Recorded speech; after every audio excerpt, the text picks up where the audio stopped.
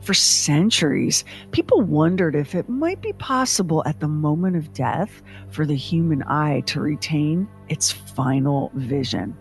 The retina, like a camera, capturing and holding the last image that person would ever see. The whole notion began in the 1600s when a Jesuit brother dissecting a frog announced that he'd observed a faint image on the dead amphibian's retina. No one argued. Science back then had a lot of room for what sound to us like outlandish theories. But then photography was invented, and suddenly that long-dead Jesuit story about frog retinas sounded a whole lot more promising. If an image taken by a camera could be fixed on a piece of glass or paper, then why should the human retina not work in a similar way? Just as a camera had a lens, so did the eye. It didn't seem all that preposterous to suggest that the human eye might be able to permanently capture an image too. And if that was the case, think how many murders might be solved just by looking into the victim's eyes. They called this new forensic technique optography, and the idea really caught fire. Scientists, law enforcement, and the general public were all equally fascinated by the possibilities. Plus, it also happened to fit just perfectly with the poetic belief in the eyes as the windows of the soul. And in at least one case, optography did help solve a brutal and bloody murder. The theory that a murder victim's eyes may sometimes hold the image of his slayer received scientific confirmation from Professor Dane of Cologne University last night. The professor photographed the retina of two victims of Fritz Angerstein, wealthy Hagen merchant, who killed 8 persons. The retina of one yielded a picture of Angerstein's face. The other showed the same face, contorted with rage and the blade of the axe with which the murders were committed. And make out a small beam of light against the mirror.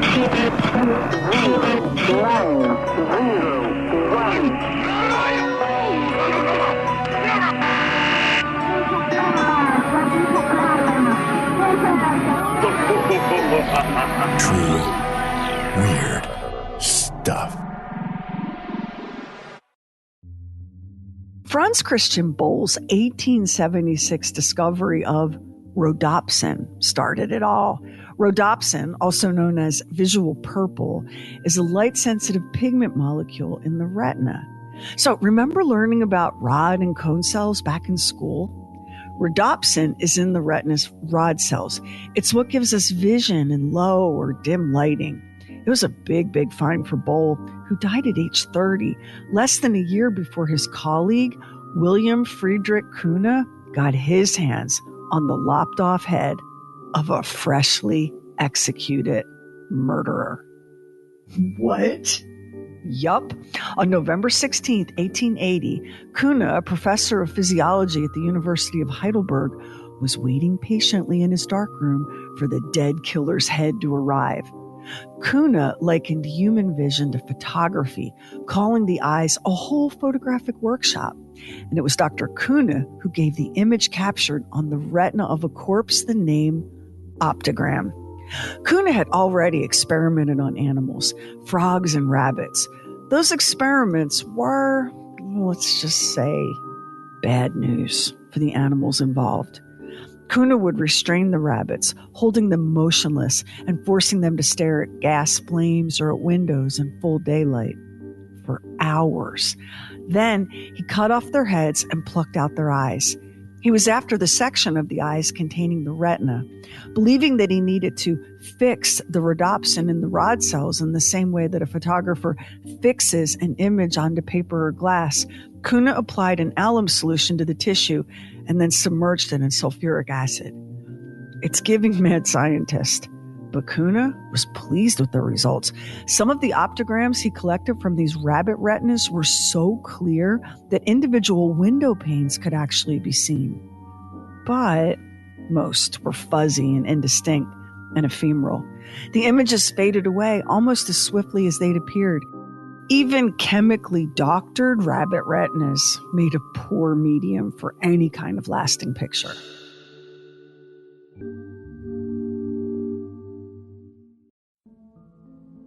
Not to mention how fragile this tissue was. Decomposition set in almost immediately after death, which meant the rabbit eyes had to be harvested and then processed very quickly. That lab must have felt like a Saw movie for bunnies. While you're hating the man for this, go ahead and also throw him the side eye for being a sexist bastard who once said that he'd never allow skirts in his classrooms. A brilliant woman broke him of that.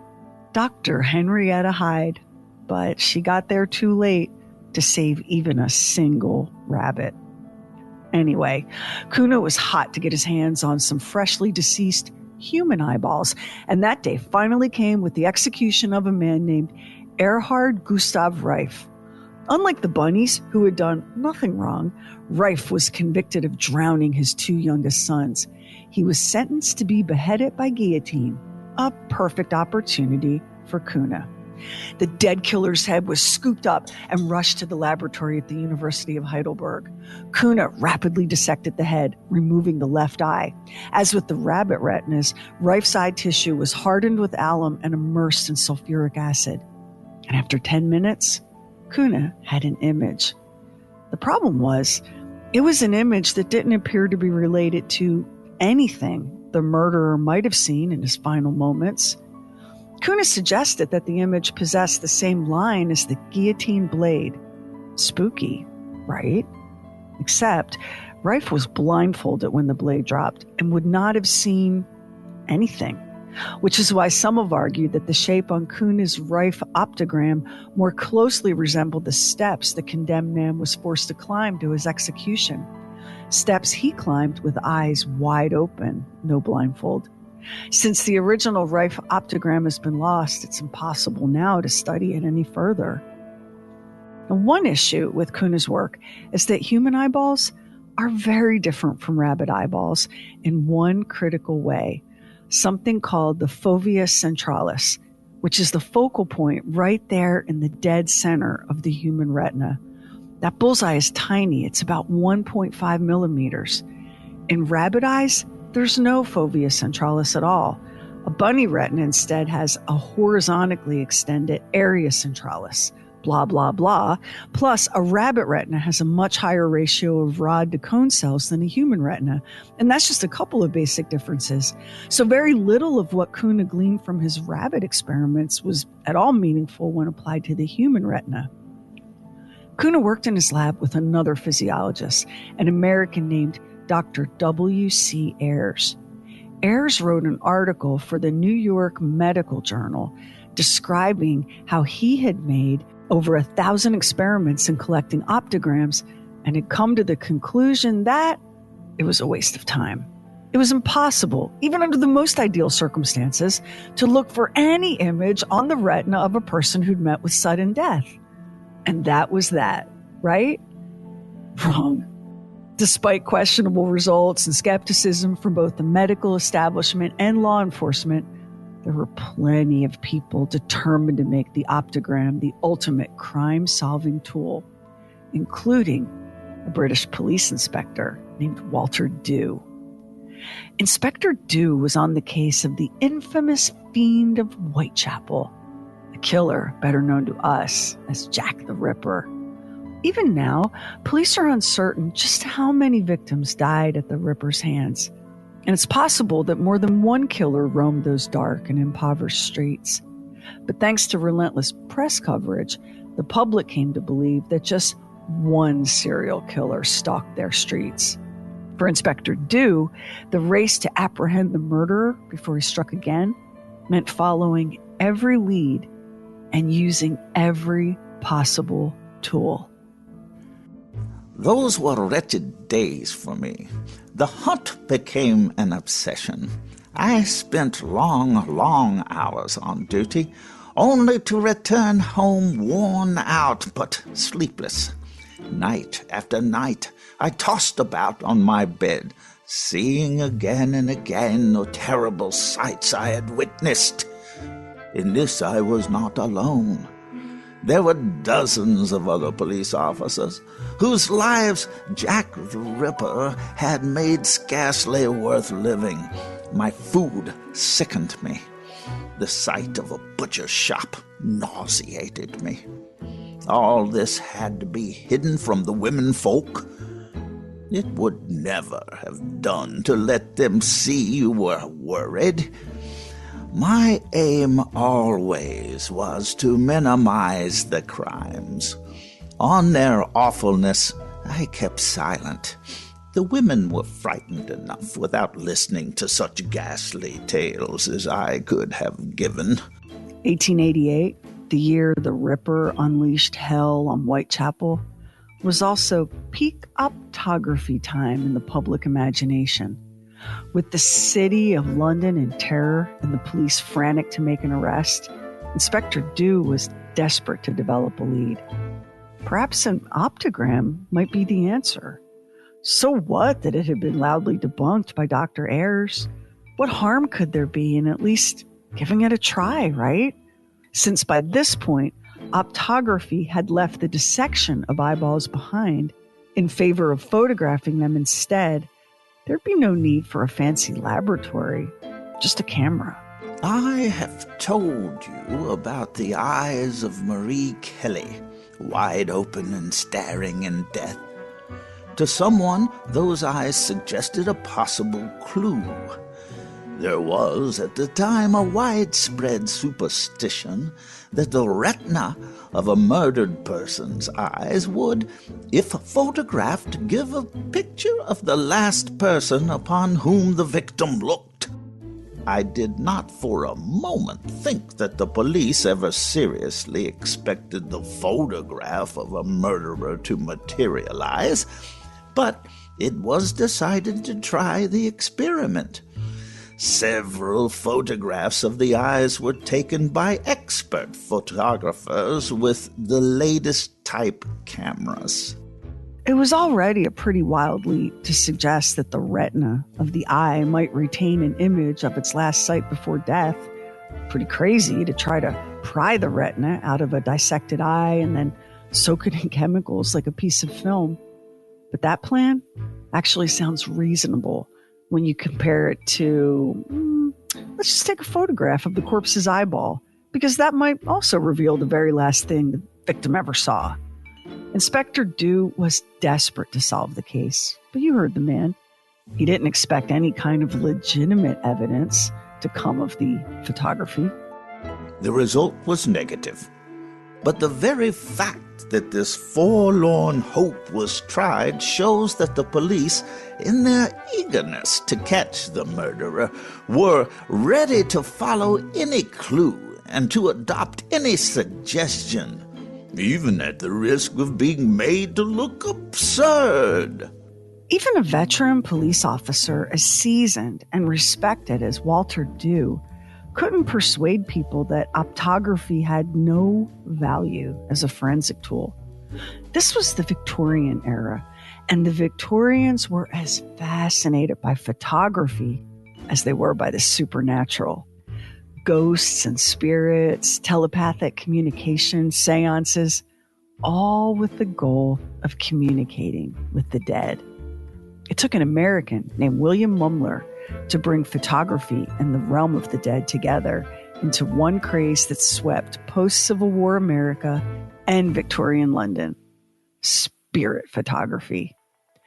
Mumler was a professional jewelry engraver and amateur photographer who found his true calling as a charlatan. It all began with a photograph Mumler published in 1862. Boston's now legendary, fiery abolitionist newspaper, The Liberator, was all over the story. Mumler, trying some new chemicals and amusing himself by taking a picture of himself, which, when produced, to his great astonishment and wonder, there was on the plate not alone a picture of himself as he had supposed, but also a picture of a young woman sitting in a chair that stood by his side. While looking upon the strange phenomenon, the picture of two persons upon the plate instead of one, the thought and conviction flashed upon his mind. This is the picture of a spirit, and in it he recognized the likeness of his deceased cousin. And he recognized an opportunity to make bank.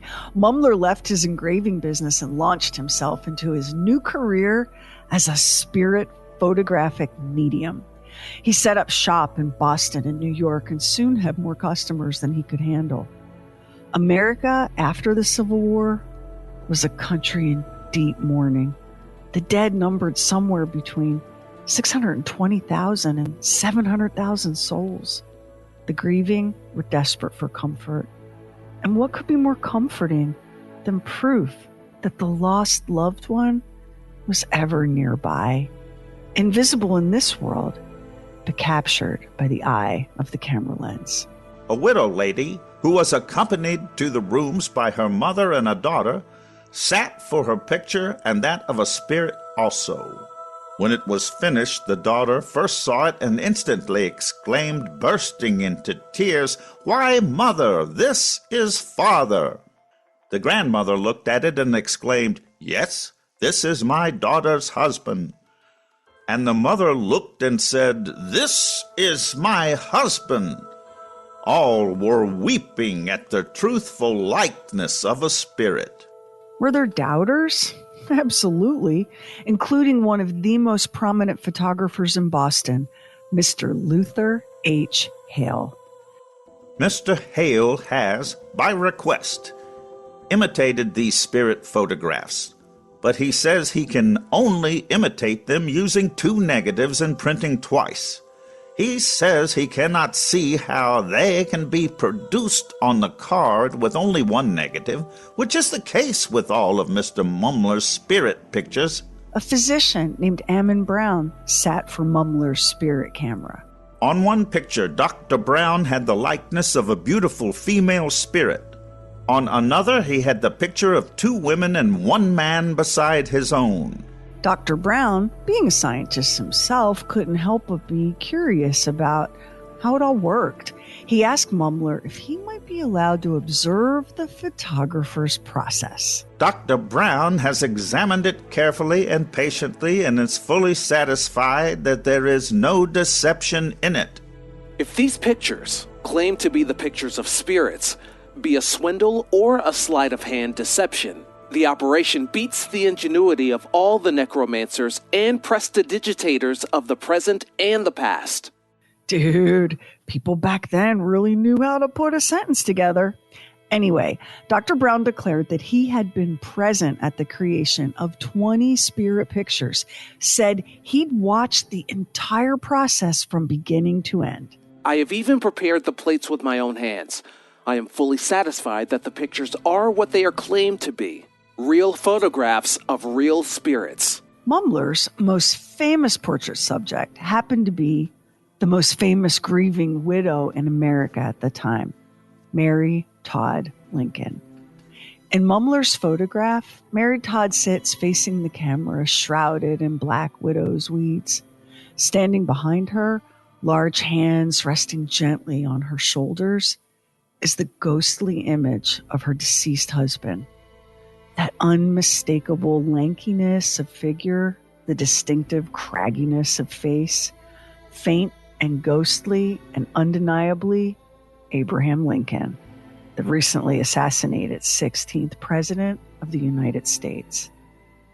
Mumler raked in money and piled up accolades, but the party ended in 1869 when he was charged with fraud.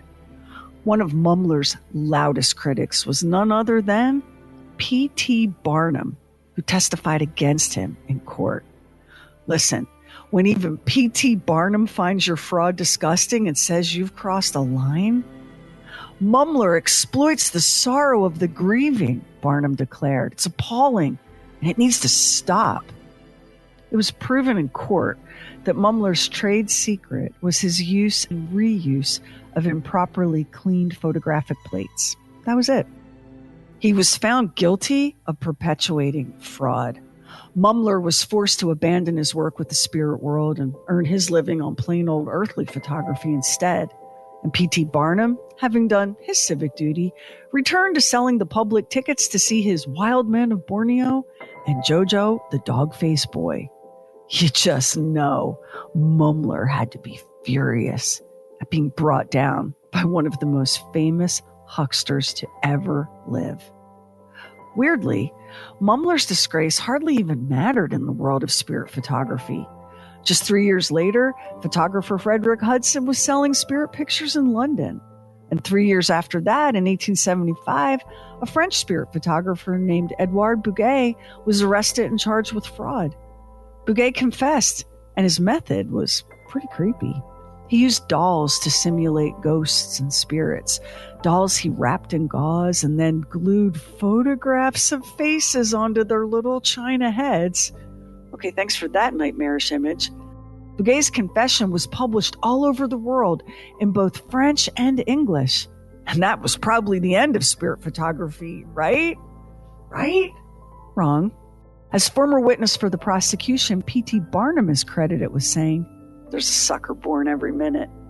People wanted the spirit world to be real so desperately that they were willing to overlook just about anything if it meant that the ghosts of their lost loved ones might actually be glimpsed. Which is how, in 1891, photographer Sybil Corbett managed to pull off what became the most famous stunt in spirit pictures. She published a photo of the library at Combermere Abbey in Cheshire, England. And it's about what you'd expect for the times. Heavy wooden table with ornately carved feet, a pair of equally overwrought chairs, a profusion of knickknacks and candlesticks and lamps and the fronds of large ferns. Very much your Victorian maximalism. But look, hovering in that throne-like chair is the ghostly upper torso of a finely dressed gentleman. Uproar! Clearly, Corbett had captured the image of Lord Combermere himself, who was, wait for it, being lowered into the grave at the very moment the photograph was taken. Proof at last. Or not. Because Corbett had made the image in the library using a 1-hour exposure. A servant, not realizing what was afoot, wandered briefly into the frame, just long enough to accidentally play the part of the spirit of Lord Combermere. And that still wasn't enough to kill the craze. Because, people. So this is the part where even knowing that spirit photography was a hoax, and optography, not much better, a few crimes still managed to be solved using the idea that the lens, human or machine, could somehow pierce the veil dividing this world from the next. Fritz Angerstein. That's where this story began. Angerstein slaughtered 8 people over the course of one terrible night that began on November 30th and ended on December 1st, 1924, in the village of Hager in Germany.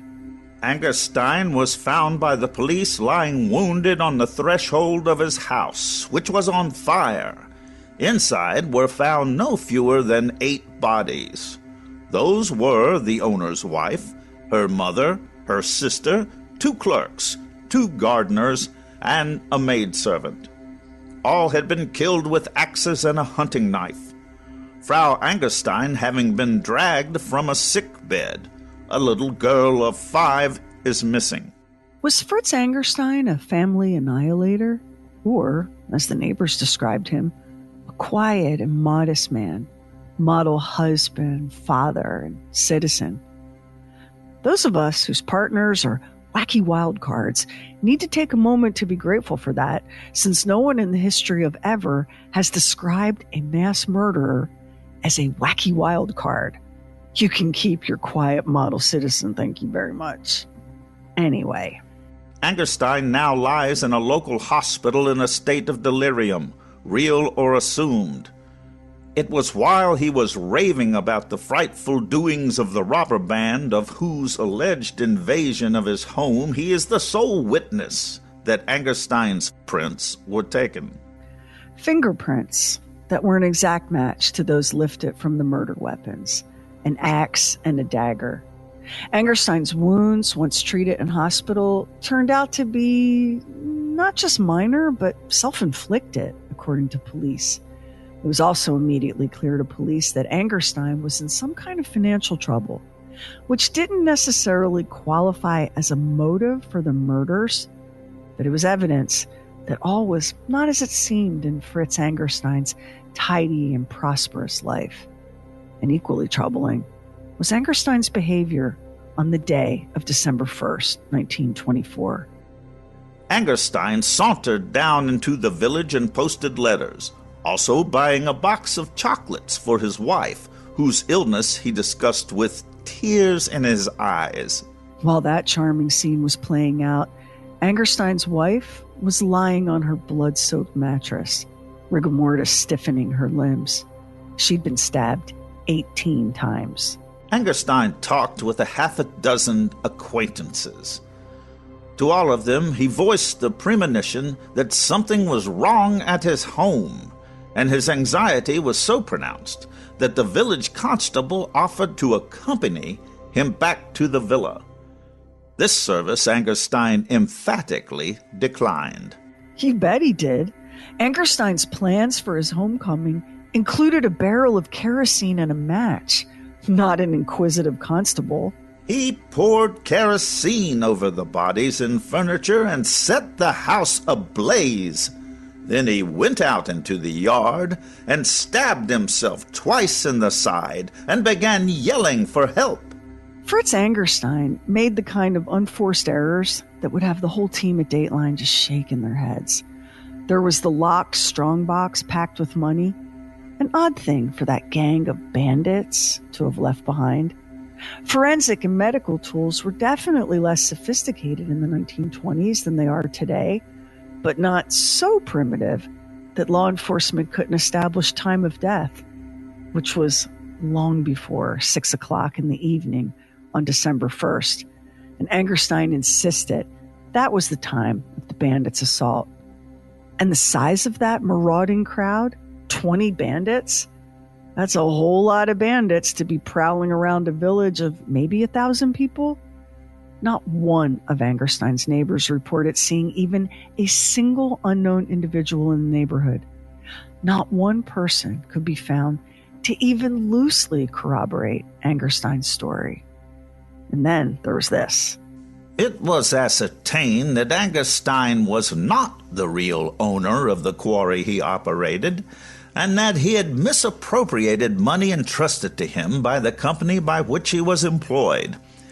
Whether the slayer expected to inherit money from his mother-in-law, and this expectation was the motive for this dreadful massacre, or whether the man is insane are questions now being probed by the authorities. How does this make sense as a motive for slaughtering 8 human beings? But then, what motive could explain that kind of violence? With Angerstein's neighbors insisting that the man was the model citizen, devoted husband, and pious churchgoer, it was suggested that, well, maybe the man was the victim of a sudden burst of homicidal mania. Police officials were sent from Berlin to Hagen, and thanks to the abundance of evidence at the scene, including those fingerprints, Angerstein was arrested and charged with embezzlement and 8 counts of murder. Angerstein vigorously denied stealing money from his employers, but he had no explanation for the rest of it. His fingerprints on the murder weapons, the fact that no money was stolen by the alleged bandit gang, the bloodstains on his clothing that didn't line up with his own injuries. With every statement he gave police, he contradicted himself. Even the announcement by famous German chemist Dr. George Popp that a microscopic examination of bloody fingerprints found on the axe and dagger was an exact match for Angerstein's own blood didn't push the man into a confession. But another kind of science did, a pseudoscience. Optography. December 7th, 1924. The theory that a murder victim's eye may sometimes hold the image of the slayer received scientific confirmation from Professor Dane of Cologne University tonight. The professor photographed the retina of two of the victims of Fritz Angerstein, wealthy Hagen merchant who killed 8 persons the other day, all members of his family or employees. You'd think by 1924, the whole idea of this would have been completely debunked because, it had. But what are the odds that a businessman living in a small German village would know that? In the days before the internet, people just didn't have access to news and information like we do now. But no matter what else is true, you should never, ever, ever bet against human gullibility. And in this case, the murderer himself was the most gullible of all. The retina of one yielded the picture of Angerstein's face. The other showed the same face, contorted with rage, and the blade of the axe with which the murders were committed. Ich habe es getan. Ich habe sie alle gut gestehen. I did it. I killed them all. I confess. And this is how the whole goofy idea of the retina capturing the last image a person sees before death actually managed to bring one murderer to justice.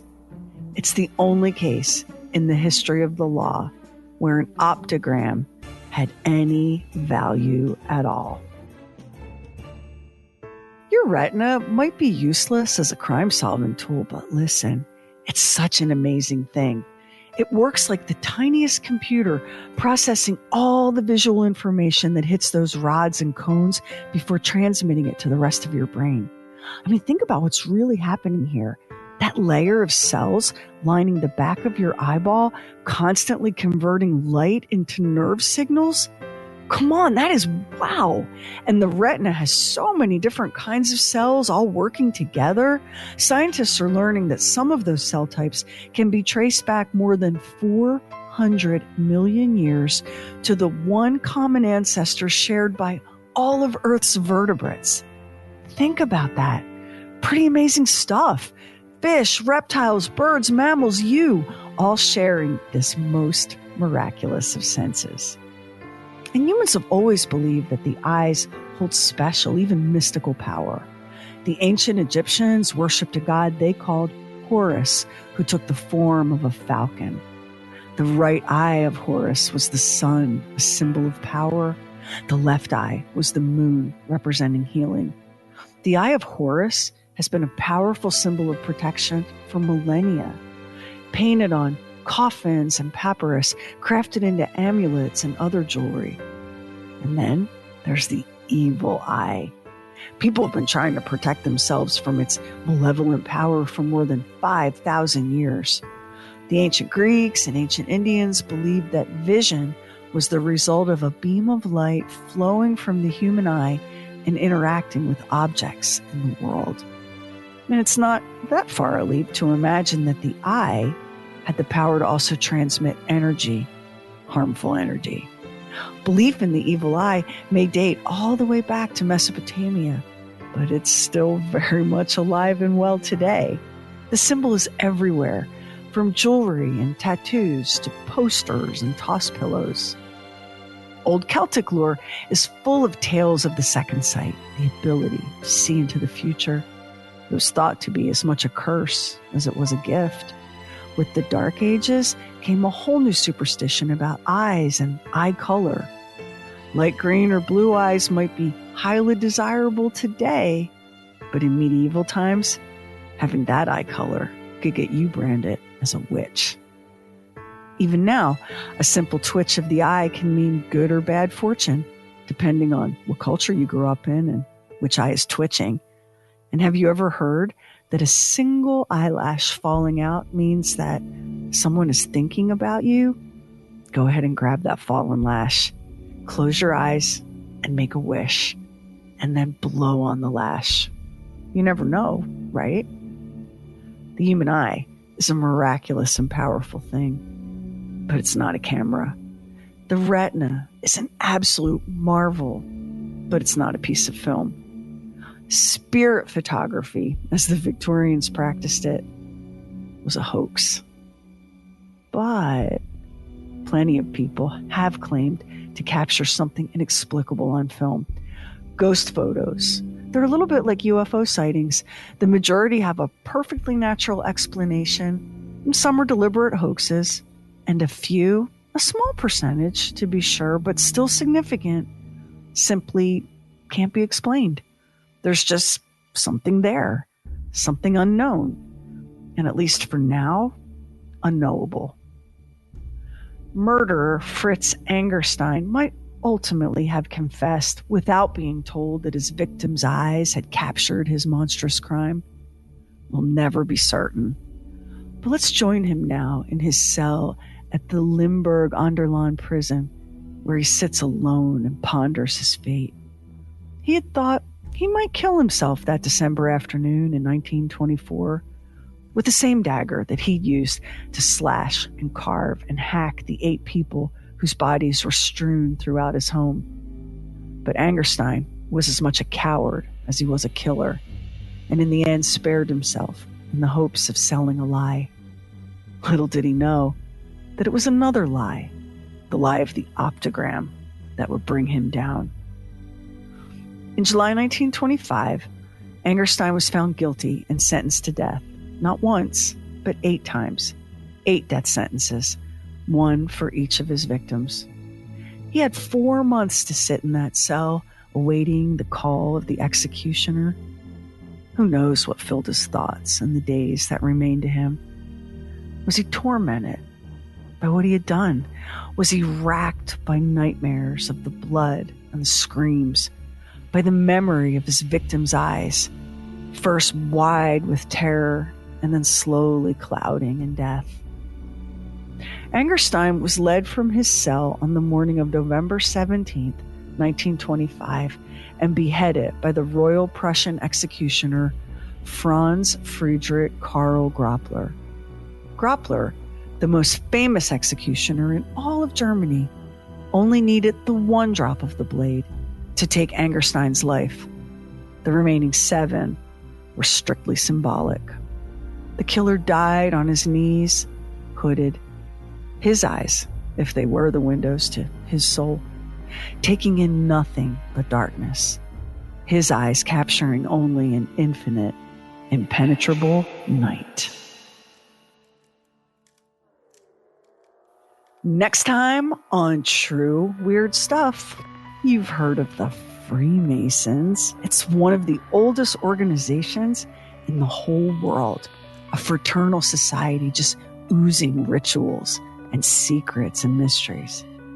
There's one specific group of people who are forbidden to join, a ban that's been in place for centuries.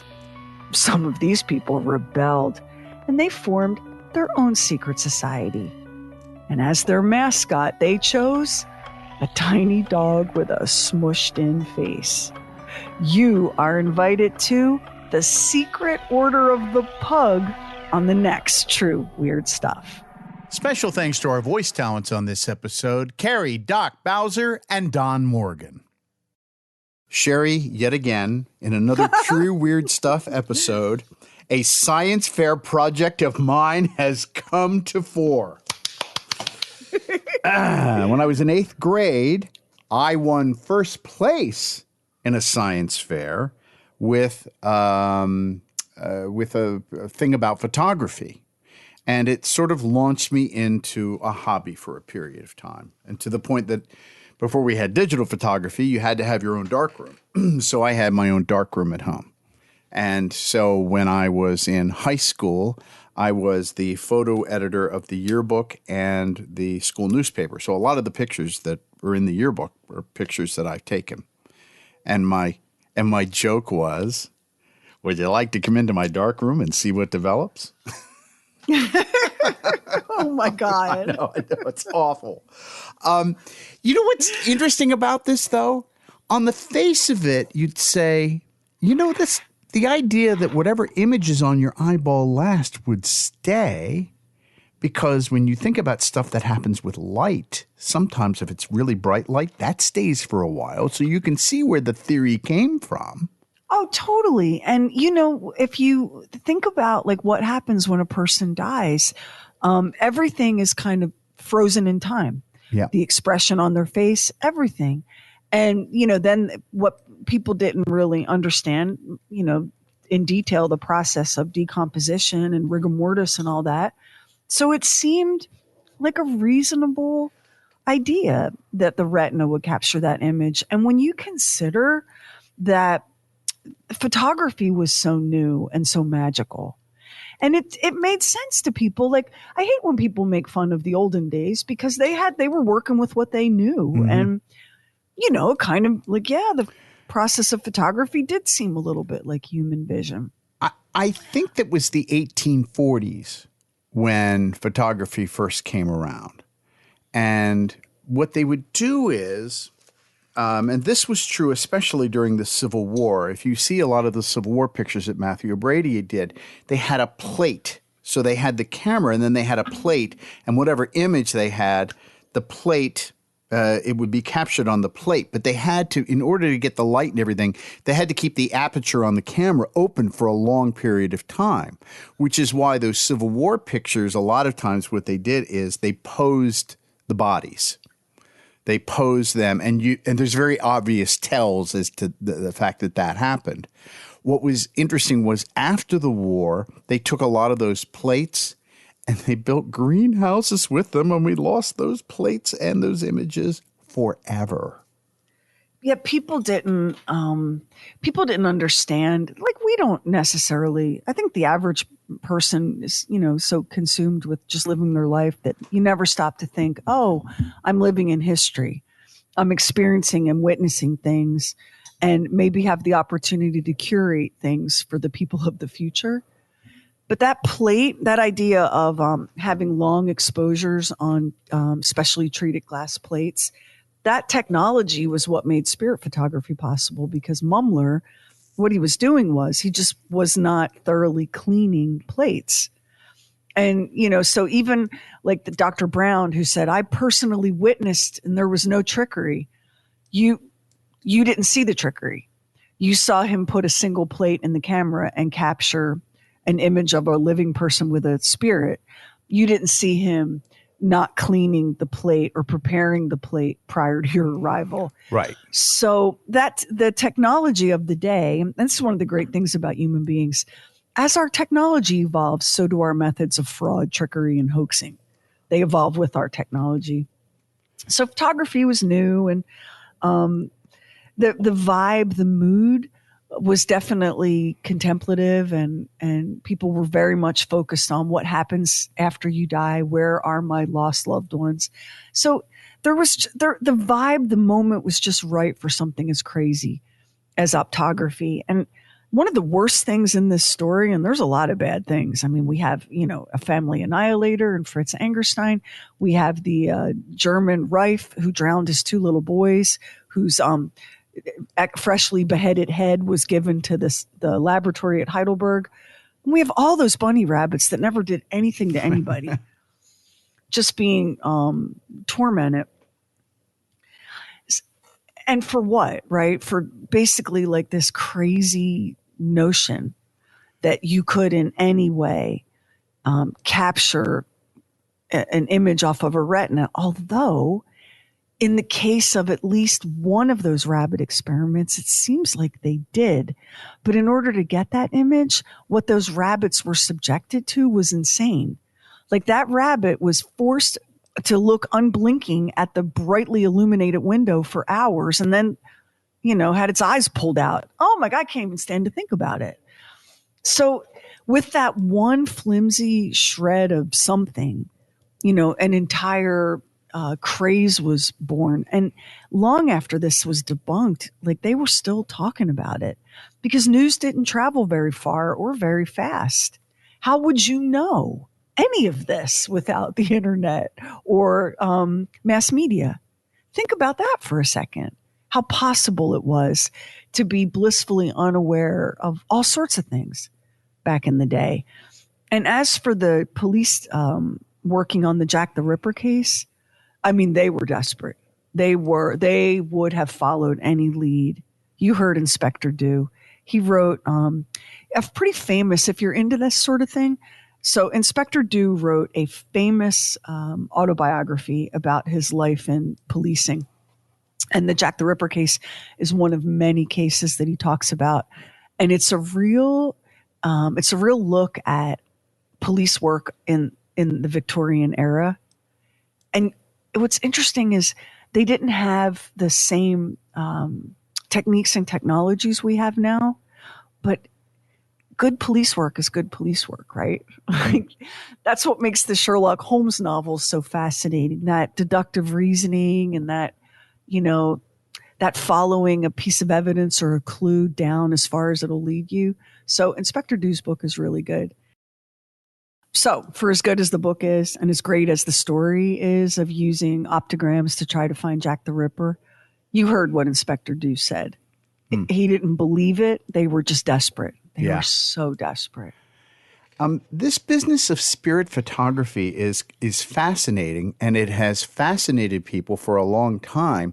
And if I'm not mistaken, they have done exhibits of this bogus photography this era, because this was something that I was indeed familiar with. Because you can know that these that this was all manufactured, but still the images are still haunting when you see them and the way that this was put together. So even if you know that, even if you know it's a hoax, it still looks haunting. And I totally understand why people were touched by this, because it does kind of send chills up your spine a little bit. The photographs that you're describing, a lot of them are really beautiful. I mean, there are some famous hoax photographs. There's the one of the little girls with the fairies that has been debunked. Whether those fairies are real or not, we know they're not. Those images are haunting and beautiful and just evocative. But what Mumler was doing, and I have to tell you, when P.T. Barnum blows the whistle on you, you don't know you're scamming. Takes a scammer to know a scammer, right? Buddy. I mean, P.T. Barnum shows up. You'd be surprised at how many times and ways the name P.T. Barnum shows up in history and in doings in the United States during his lifetime. He was a very, very energetic and busy person. But when P.T. Barnum is like, son, you're bullshit, you're done. You're done. You have got to know you're done. Because he did know what he was. He did know what he was looking at. Go ahead. And he was just picking he was picking the pockets of the grieving. And it worked. He really, really enriched himself. I hope he invested the money well, because he kind of disappears off the face of the earth after they force him to shut down. Yeah. He probably ended up doing infomercials in the middle of the night. So can we talk about this Angerstein guy? Oh my God, Fritz! What buddy? So the thing that's interesting about him is it's true today. The serial killer, he was kind of a quiet guy, kept to himself. I'm always reminded of the George Carlin line. He goes, if I go into a bar and some noisy guy has a machete and he's banging it on the bar, I'm not looking for the quiet ones. I'm looking for that guy, Do you know what this reminds me of? I want you to think about a current case that involved murder and a guy going to prison where he embezzled money from his company and the clients and then murdered members of his family, and then on top of that tried to fake injuries for himself. This is Alex Murdaugh, that guy that was down in South Carolina that killed family. When I went and I said, hey, Alex, you should have watched what happened with Angerstein because you weren't going to get away with it.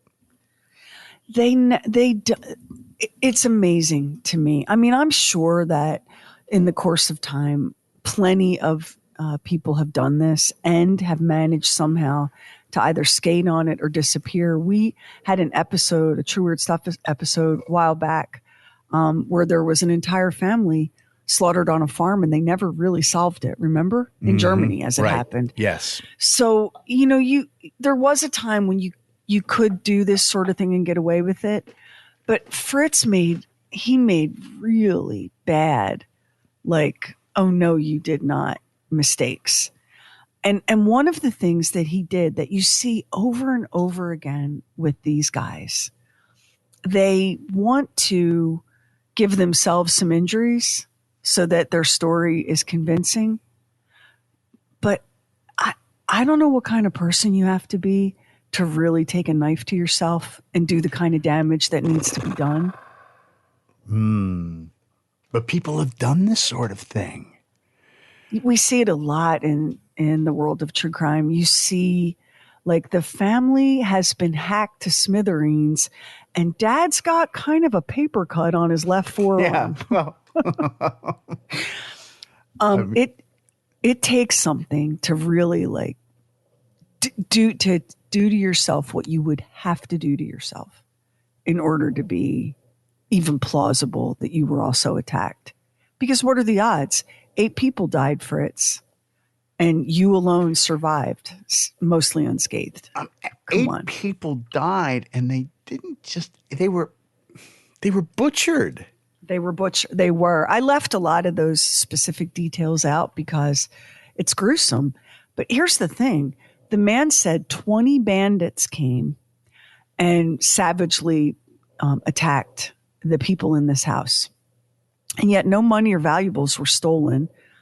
I mean, how obvious is that as a mistake, right? If your story is this was a robbery, why weren't you robbed? And in all of this, you alone escaped with like a nick or a paper, the equivalent of a paper cut, and everyone else was hacked to the point of being unrecognizable. Well, they didn't have Dateline back then, so that they could have a blueprint. Didn't know. Yeah. Like, he didn't. Dateline has taught a lot of us, like, oh, it's just not worth it. Don't even try. Like, right. You're not going to do it.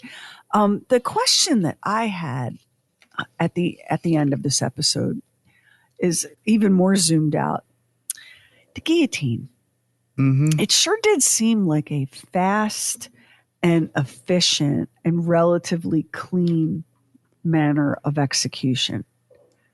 And it's gone now.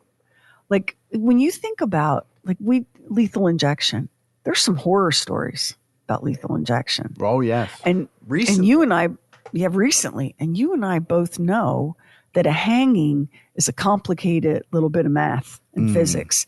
And then when you get it wrong, that's brutal. Yeah. My husband was telling me that they recently they're bringing back execution by firing squad in a couple of places in the United States. Mm-hmm. And the most recent one, all of the sharpshooters missed. So, which I know. When he told me that, I was like, wait, what? Even I can hit a shooting target. Right. What are you talking about? They all missed. And that seems like a pretty violent and aggressive way to go.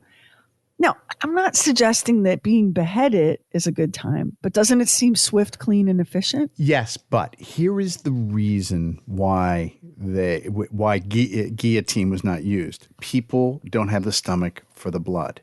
And when you have hanging, you have electrocution, when you have lethal injection, it's bloodless. So I think that's why, even though you would think this is the most effective way to do it, why those, why those weren't used. Fast. And you would think, I'm not a capital punishment person. I'm just too soft. But you would think that would at least be a clean and perhaps swift and merciful way. So I did a little bit of digging. Everybody associates the guillotine with France and the French Revolution, right? Although it was clearly used in other countries, including Germany, right? Because Erhard Reif was executed by guillotine. So between 1965 and 1977, there were 8 people executed by guillotine in France, and the last one was 1977. And then in the fall of 1981, they outlawed it for good. But that's pretty recent. Like, in your lifetime, people were being beheaded by the guillotine, which is something to think about, isn't it? Yeah, it is. it is very gruesome to think that that doctor was waiting, going, "Hey, can I have the head when you're done? Can I have the head, and then we can put the chemicals?" And I can tell you that you did have 3 chemicals when you made a print. So you would burn the negative image into the print paper, and then you would put it in developer for a certain period of time, and then you put it in something called a stop bath, which is where you would stop the develop. And then you would put it in the fixer, and that was the very last thing that you would put that picture in. Now imagine doing that with a piece of rabbit or human eyeball. All of those same steps. I can't. No, Sharon. I can't imagine that anybody would do that. Kevin, my husband, was like, "Woman, y'all do a lot of murder." And I was like, well, that's because this podcast is not called My Little Pony. Like, it's true. Weird stuff. Or Fun with Potatoes. Like this, when we're talking about, like, this episode is really about optography and spirit photography. But both of those things involve the dead. Spirit photography, we're looking for ghosts. And optography, we're trying to catch murders. And, it's really hard to escape human violence. It's a part of human history. I mean, it's absolutely a part of human history. Both the violence of the the criminals, and then the punishment that's meted out afterwards. I mean, it's all violent. And do not think for one second that I am like being a complete 100% skeptic on ghost photography or all of that, because I think that there are things that we have captured that we can't explain. I mean, I had a personal experience. It's so silly, right? So when my youngest was younger, we had a national dance competition over the 4th of July in Charleston, South Carolina, which is a pretty haunted and fabulously haunted old city with some pretty intense history. Right. For funsies, the kids wanted to go on, can we do a ghost tour? Oh, sure. Yeah, we can do a ghost tour. So we went on a ghost tour of the old historic city jail. And I enjoyed the history part of it. I love all the stories and being inside the old building and imagining what it would be like to live out your days, in this damp cell with bugs and spiders and very little daylight. And you were allowed to take photos, just no flash photography. So I took a couple of photos, and in one of them is an enormous blue orb that looks so 3-dimensional. It looks like there was somehow a balloon in the room. And I'm like, would you look at this? And of course, my husband, who was like, that's just a speck of dust on your lens. Okay, well, I've had this iPhone since they were invented, and I've never before or since taken a photo that had a weird blue, like glowing from within freaking orb in a haunted old city jail. But, maybe it's nothing. So I do believe that the camera can, because it's capturing light. It's capturing light. Right. And not everything in the light spectrum is visible to the human eye. Like your dog and cat can see things you can't. Yeah. So why shouldn't the camera be able to capture some stuff that your particular set of rods and cones can't? I don't know. So I'm not debunking that. I think a lot is possible. I think we just know that open to it. Yeah. Yeah. We just know that in this story, Mumler was a complete fraud, just a complete fraud. And even, when they told Fritz Angerstein that they had taken photographs of two of his victims' eyes and they could see him in it, they didn't really have that. They didn't really do that. They just, you've watched Dateline. They slid the cup of shitty coffee across the desk and just lied. Yeah. And that provoked a full confession, which in that case, you have to say, oh, optograms are good. They did the job. We have your DNA. We have your image on their eyeballs. And he confessed. Yeah. I mean, they had him dead to rights. They had his fingerprints. You know, they had him. But isn't it so much easier if the killer would just confess and we don't have to drag it through a circus of a trial? Right. And so that's how an optogram convicted a murderer. And I'm always unclear about, are cops allowed to do that? Are they just allowed to lie like that? But it seems like there's a gray area there where they can sort of just tell you some stuff, right? Yeah, isn't that your impression? There is a gray area there. And the only problem is you get people that are like, well, when can I go home? And they'll give you a false confession just because they're tired, they're worn down, you know, that sort of thing. So I suppose you can do some of those kinds of things, but it's a weird line. It really is. It's black ice. Yeah. You've got to really navigate that carefully. And I think the laws now are such that police and prosecutors really have to stay buttoned up because defense can get that kind of evidence thrown out of court. But in the case of Fritz, I mean, they had him, they're in there in the interrogation room. Right. They brought down these specialists. So Hager's just a little tiny community, like a little village. And they brought down police and detectives from Berlin. And that was the big time. And these guys are like, you know, we have ways of making you talk. We have your fingerprints. It's your blood. Like we know that you did it. And we have the images of you captured in the victim's eyes. Right. And so, you know, justice was done.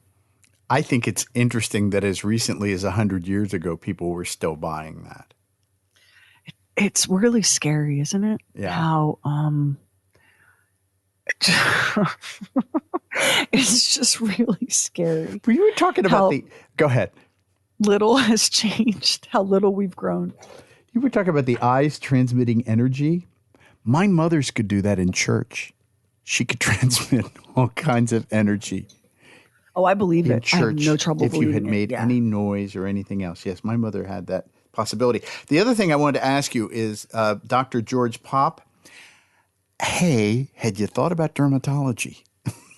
I know. I mean, can you imagine how popular he would have been? Can you imagine how many people go Dr. Pop? What are you going to say? You're going to see Dr. Jones, Dr. Watson, or Dr. Pop? Oh, I'm going to Dr. Pop. He's got it. He's got the name.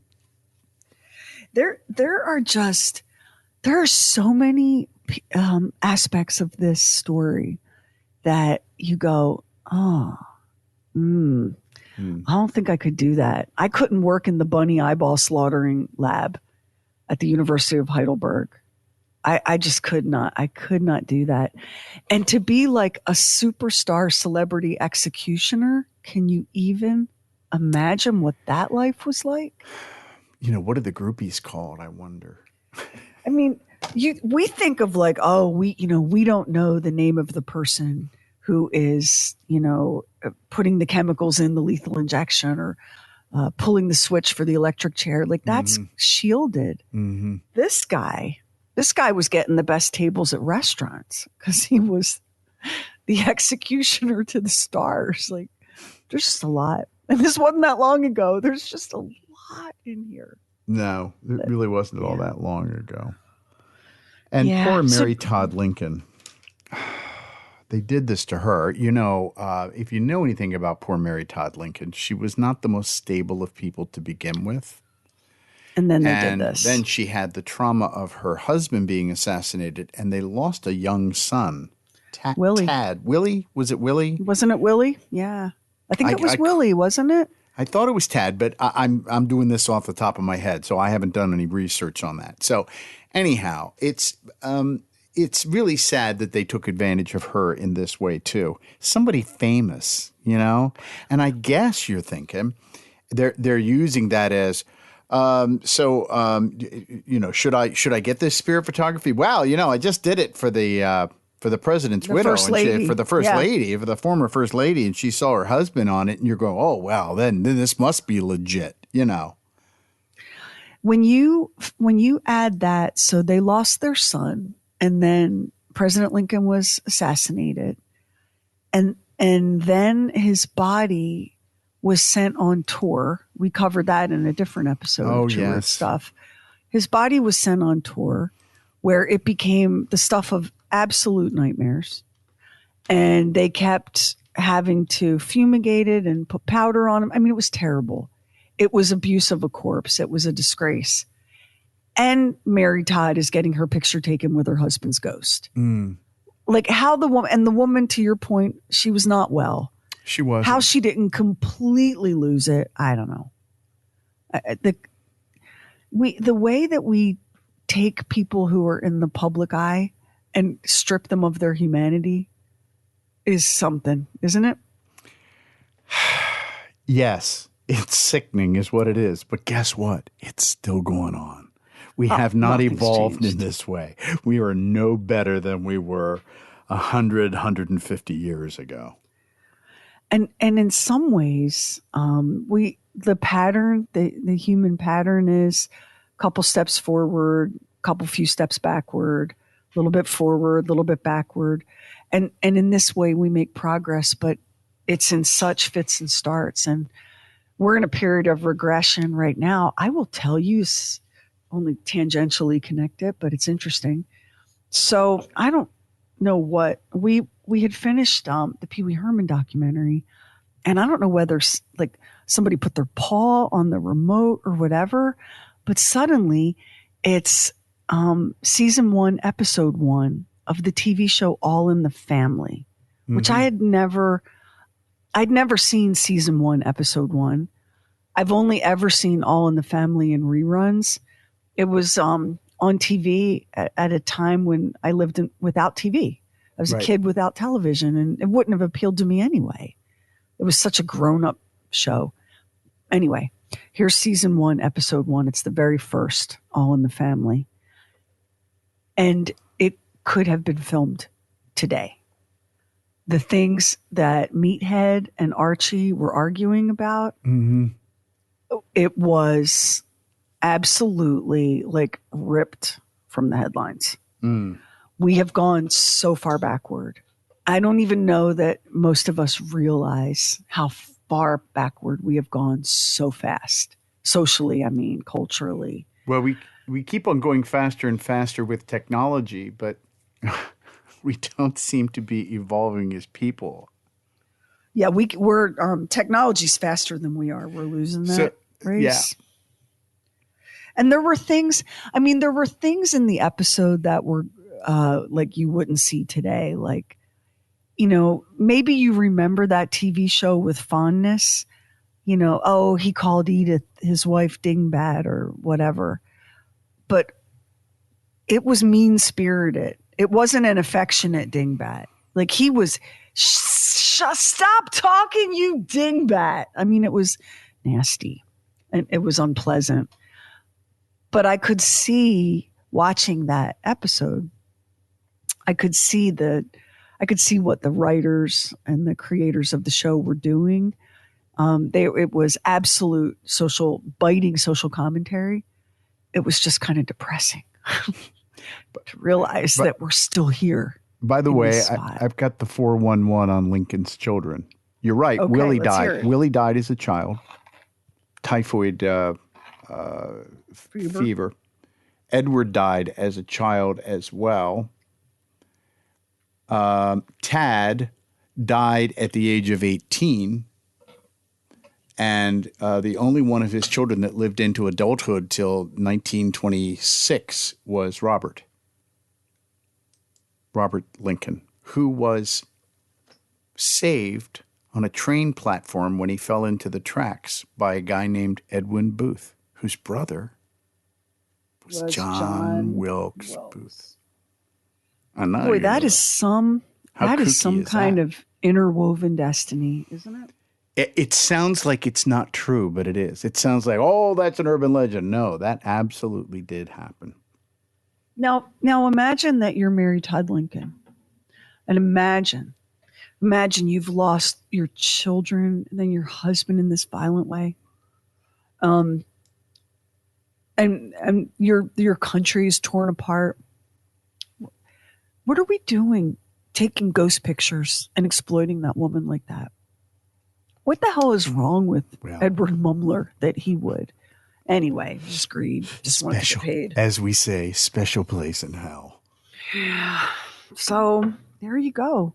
That's the story of optography and optograms.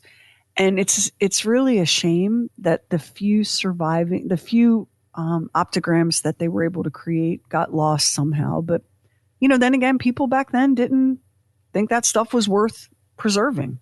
It's a wonder that we have anything. Sometimes it looks like people were like, oh, is this the original Declaration of Independence? Let's put that in the outhouse and use it as toilet paper. People were just like, yeah, whatever. Whatever. So next week on True Weird Stuff, I have a absolute lifelong obsessive fascination with the Freemasons. Absolute obsession. Would not even know where to begin to do a Freemasons episode.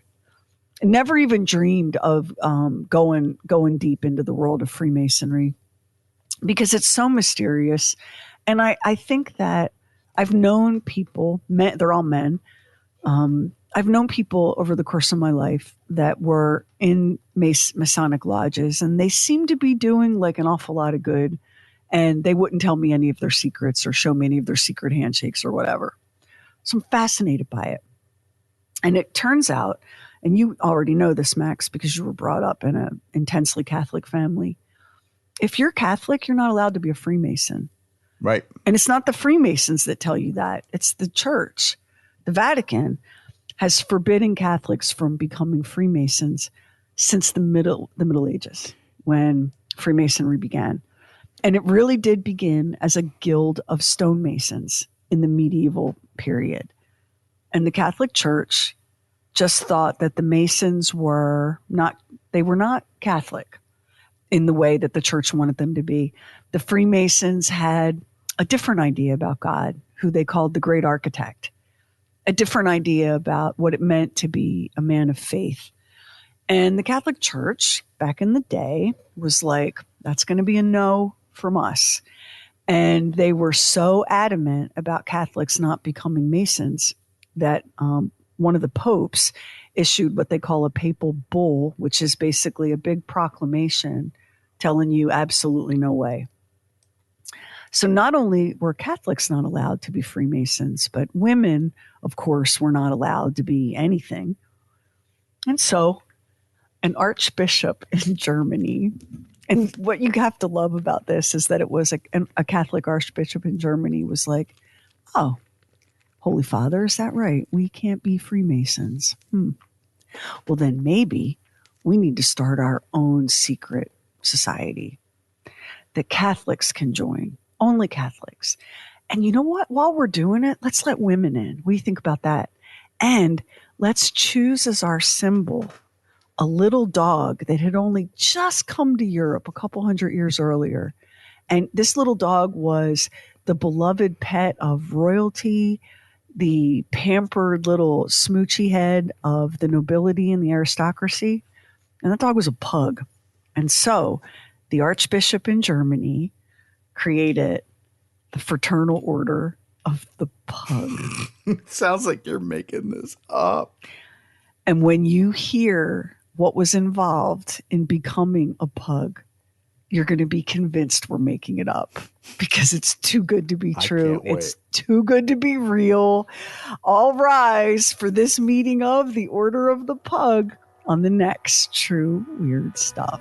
And if you listen to us on Apple Podcasts, hit the plus button in the top right corner, and now it helps an independent podcast like ours to get discovered. And we really appreciate it if you subscribe, rate, and review True Weird Stuff. Hit our website, trueweirdstuff.com, for show notes and photos and videos when we have it, and bonus content. Everything True Weird is waiting for you at trueweirdstuff.com. And follow True Weird Stuff on Instagram. True Weird Stuff is a Now Media production. Our executive producer is Anthony Garcia. The show is written and hosted by me, Sherry Lynch, along with my deeply weird director, Max Sweeten. Our equally odd producer is Carrie Bowser. Additional production by the mysterious Stephen Call. Our digital witch and social media cult leader is Heather Furr. Original graphics by Kevin Nash. Original artworks by Olivia Axlin. True weird original music composed and performed by Jack Griffin and Zane Nash. Copyright 2025 Now Media. All rights reserved. All wrongs remembered.